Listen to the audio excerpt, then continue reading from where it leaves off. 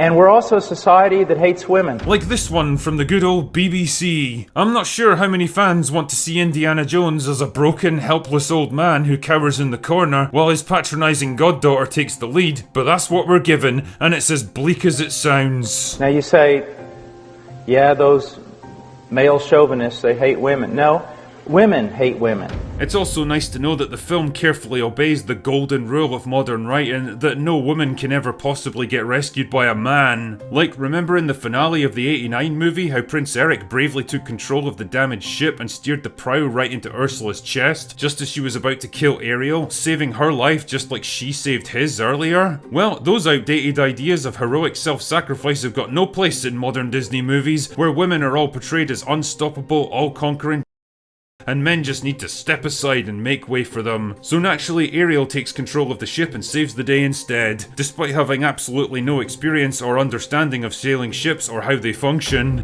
The Little Mermaid origin story lacks room for this more feminist take. It's simply not deep enough. The people who hate women more than anybody else on this planet are feminists. The first sign of trouble was casting Phoebe Waller-Bridge, famous Hollywood feminist and Hollywood darling who most people seem to loathe. She's also been hired to ruin Tomb Raider, but not before she ruins Indiana Jones first, serving up the story trope of the once beloved hero turned into a broken old man who's gonna pass the mantle to the far more capable girl who is the key to everything, because we haven't seen that 1,000 times before. They hate women. They want women to be men. They don't want them to be women. Esto no es una pregunta, es algo que te quiero compartir. Y te lo prometo. Okay. Nadie de los que estábamos en esa sala ayer estábamos viendo el color de tu piel. Todos, incluida mi mujer y mis hijos, estábamos perdidos en tus ojos. Todos. Gracias, gracias. A few moments later.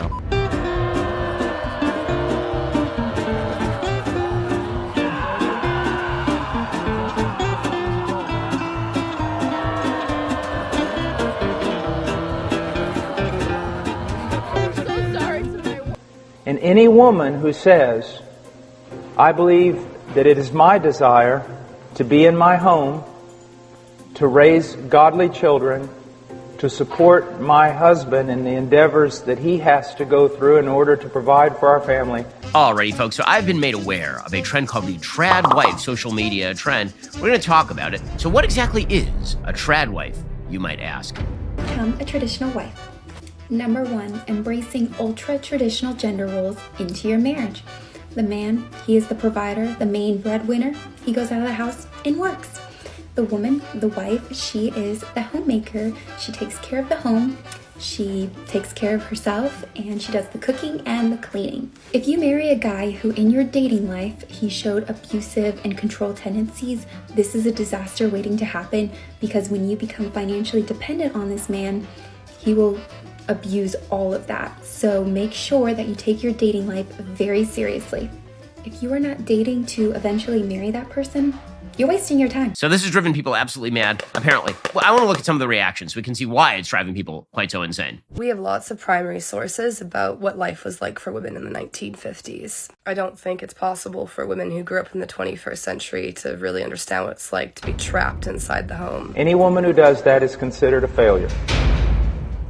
Some very disturbing things are happening within the entertainment industry. Let's take a look at 4 recent movies and why they are so controversial. The last one is absolutely shocking. First, Indiana Jones and the Dial of Destiny. We already saw from the video clips in the introduction that this new Indiana Jones movie once again destroys a beloved character by presenting him as being old and fragile, as well as being overshadowed by a strong female character. Modern movies have a tendency to not just present strong female characters, but also to emasculate and diminish the male characters. This is exactly what we're seeing with the new Star Wars movies and shows. Well, one of the worst offences that pissed off so many fans was how Luke said he considered murdering Kylo in cold blood in his sleep. It's so completely out of line with the optimistic Luke we knew in the originals, who always chose to see the good in people, not the bad. And it's going to feature Rey as a Jedi Master this time, because I guess when there's nobody around to tell you otherwise, you can basically promote yourself to whatever position you feel like. Now, I don't know about you, but I personally welcome this move, because I can't wait to see Rey as a cowardly, embittered old hobo living alone on a windswept island, drinking green alien city milk and getting totally owned by a strong, empowered young man who teaches her to be a hero again. You're not looking so disgusted now, are you, love? Oh wait, sorry, I forgot that door can only ever swing one way in modern movies. Of course Rey will be the greatest Jedi Master in all of Star Wars history, and everyone who meets her will bow down before her magnificence. And of course there won't even be an antagonist in this film, because nobody in their right mind could ever possibly challenge someone as perfect as Rey. Things only got worse with Obi-Wan Kenobi, which managed to tarnish the legacy of not one, but two of the most popular characters in the Star Wars franchise, retcon events that absolutely never happened, and act as another bait and switch, this time to launch another tedious, strong, empowered female character. Because clearly the movies didn't give us enough of those. I wonder who mandated that particular plot point. Likewise, this is precisely what we saw happen with the Hulk in the new She-Hulk series. Which is why we have to make sure of your ability to tolerate distress and regulate your emotions, especially your anger. Well, here's the thing, Bruce. I'm great at controlling my anger. I do it all the time. But when I'm catcalled in the street, when incompetent men explain my own area of expertise to me, I do it pretty much every day, because if I don't, I will get called emotional or difficult, or I might just literally get murdered. So I'm an expert at controlling my anger because I do it infinitely more than you. So all of this just feels like projecting a lot of onto me. See. No, I'm doing this. Okay, this is completely new territory. You guys have outgrown your binder, cuz. Love you, Bruce, but I'm going home. The issue isn't so much that modern movies are introducing strong female characters, as it is that they are usually doing this at the expense of the male characters, and they are presenting men and women as being the exact same. This is a big problem because it obscures the fact that God created men and women to be different. God has designed men and women differently, and of course this culture wants to overthrow all of that with a level of insanity that shocks us all. But the headship of the man is built around this notion, and this is how you have to look at it. Not smarter, not wiser, not more experienced, not more insightful, not more spiritual, not more valuable. It is simply that God designed men to be physically stronger, constitutionally designed by God to work, to protect, to provide for, to secure the wife, whom the Holy Spirit calls in 1 Peter 3:7 the weaker vessel. Not weaker intellectually, not weaker mentally, not weaker in wisdom or any virtue at all, but merely by God's design. And we get that. That's why there's such a furor when men want to participate in women's sports.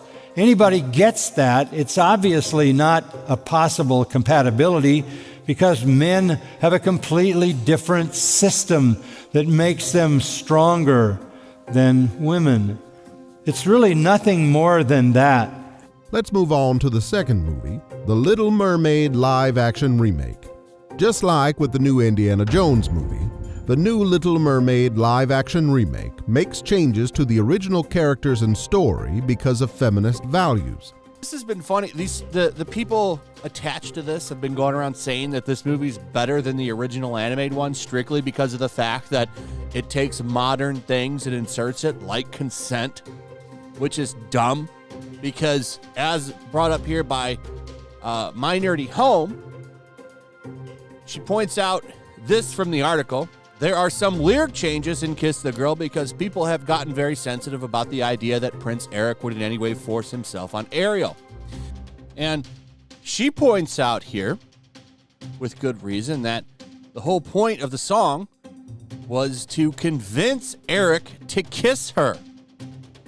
It was her friend's idea, and Ariel needed to kiss him so that she could remain human permanently. Ursula tells her, you've got to get dear old Princey to fall in love with you. That is, he's got to kiss you. How is this plot point Eric forcing himself on Ariel? And we saw from the other clip in the introduction of the actress who plays Ariel, Halle Bailey, who unreasonably interprets a comment as being racially offensive. Something else we have seen regarding many modern movies is the accusation that everyone who has criticisms about the movie is a racist. Disney has done what we knew they'd do all along. If you don't like it, you must be racist. Halle Bailey addresses racist trolls criticizing her role as Ariel in The Little Mermaid. Quote, as a black person, you just expect it, and it's not really a shock anymore, Bailey told The Face in a new cover story interview. Ironically, in this same interview, she admits that she hasn't seen any of the backlash, yet she's more than willing to call it racist. Isn't that interesting? Let's continue to the third movie, the Queen Cleopatra documentary. The problem with this new quote-unquote documentary is that it prioritizes making a political statement over presenting a story that is historically accurate. And if you can somehow convince enough people that she was actually black all along, then you'll earn yourself a lot of praise from your big friends in Hollywood. Because after all, how do we really know what Cleopatra looked like? It's not like her Macedonian Greek heritage was a well-documented matter of verified historical record, or that we have countless portraits, statues, busts, friezes, and even coins with her face on them, all depicting her with classical Greek facial features. Oh wait. Again, like with Indiana Jones and The Little Mermaid, this Cleopatra show prioritizes an agenda, rather than being faithful to the original source material, and this is one reason why these shows have done poorly with reviews. But sometimes, just sometimes, a project comes along that's so monumentally, epically, and comprehensively terrible that it manages to unite the entire world in absolute contempt. And it seems to be happening again with the release of Queen Cleopatra, a Netflix documentary series produced by one of the least popular actresses in Hollywood, and that's saying something, believe me. Finally, let's take a look at the fourth movie, the Super Mario Bros. Movie, which received very mixed reviews from established movie critics, despite actually being quite a good movie. We'll talk about why a little later. But it is good. And I want to get this out of the way right now since there's already been controversy. I don't know what the movie critics watched, but it certainly wasn't this film. It had like a 46% on Rotten Tomatoes yesterday, and I don't know what happened there. They must have been boofing crazy pills. That is outrageous. This is not by any means a bad movie. I wouldn't even consider it a mediocre movie. I would say it is good. Above all else, it's very fun and captures the spirit of the games extremely well. It's pretty clear that the only reason the Super Mario Bros. Movie received so many negative reviews is because it did not push an agenda, but was rather designed merely to be entertaining. What I found funny in this one was the end of this article. Listen to this. The Last of Us adaptation soared when it embraced new possibilities, such as its rewriting of the Bill and Frank's relationship. Okay? So The Last of Us adaptation was better because it included a gay relationship. My wife and I watched the Super Mario Bros. Movie, and it was thoroughly enjoyable, precisely because it did not lecture us about any social agenda, which almost every other movie, TV show, and commercial is doing today. I mean, you can't turn on the TV without seeing it. Now there are commercials, and the commercials come out, and when the commercials are about, you see gay characters or gay couples in the commercials. They are everywhere, not everywhere. They're everywhere. It's beyond everywhere, right? You can't get away from it. Thank you so much for watching. If you like these videos and want to help support this channel, the best way to do it is to just watch these videos until the end and click the subscribe button. Thank you so much for your support and encouragement.